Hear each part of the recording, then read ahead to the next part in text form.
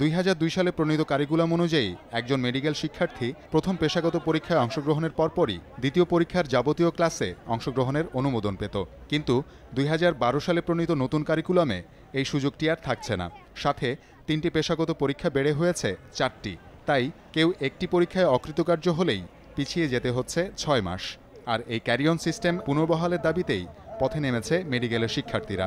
তারা একটা নতুন নিয়ম করেছে, তাদের অবশ্যই উচিত সেই নিয়মটা আগে পিছে কি কোথায় কোন অসুবিধাটা হবে সবকিছু ভেবে দেখা। আলটিমেটলি শেষ পর্যন্ত দেখা যাবে না 2 বছর পিছিয়ে যাচ্ছি। এতে করে একটা মেডিকেল স্টুডেন্টের ভিতরে হতাশা, নেশাগ্রস্ততা, মাদকাসক্ততা মতো বড় বড় ভয়াবহ দুর্ঘটনা ঘটে যেতে পারে।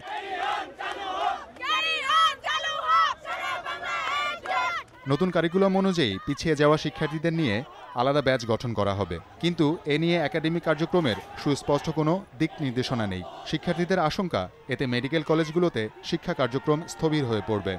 এভাবে যদি পিছিয়ে পড়ি তাহলে আমার ফাইন্যান্সিয়াল একটা বড় প্রবলেম হবে। দেখা যাবে যে সেক্ষেত্রে আমি ক্যারি-অন করতে পারবো না মেডিকেলে। আমাদেরকে যদি একটু মহানুভবতা না দেখানো হয়, আমাদেরকে যদি এই সুযোগগুলো না দেওয়া হয়, তাহলে আমরা কীভাবে দেশের জন্য মহানুভব হতে পারবো? যাদের বাবা পেনশনের টাকাতে পড়াশোনা করে, যাদের বাবা মাত্র মাসিক আয় থাকে মাত্র 50,000 টাকা, সে কিভাবে 5 বছরের কোর্স 10 বছর পড়াবে? ক্যারি-অন সিস্টেম পুনর্বহালের দাবিতে প্রেস ক্লাবে মানববন্ধনের পর শিক্ষার্থীরা শহীদ মিনার প্রাঙ্গণে মিলিত হয়। তারা জানায় 3 আগস্ট স্বাস্থ্যমন্ত্রীকে স্মারকলিপি দেয়া হবে। তবে দাবি না মানা হলে আরও বড় পরিসরে আন্দোলনের কথা জানায় তারা।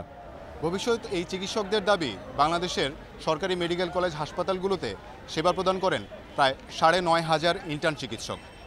তারা দাবি করছেন, যদি ক্যারি-অন সিস্টেম পুনর্বহাল না করা হয় তবে এই সংখ্যায় 2,000 চিকিৎসকের সংকট ঘটবে। এতে জনসাধারণের চিকিৎসা সেবা পাওয়া অনেকটা দুষ্কর হওয়ার আশঙ্কা রয়েছে।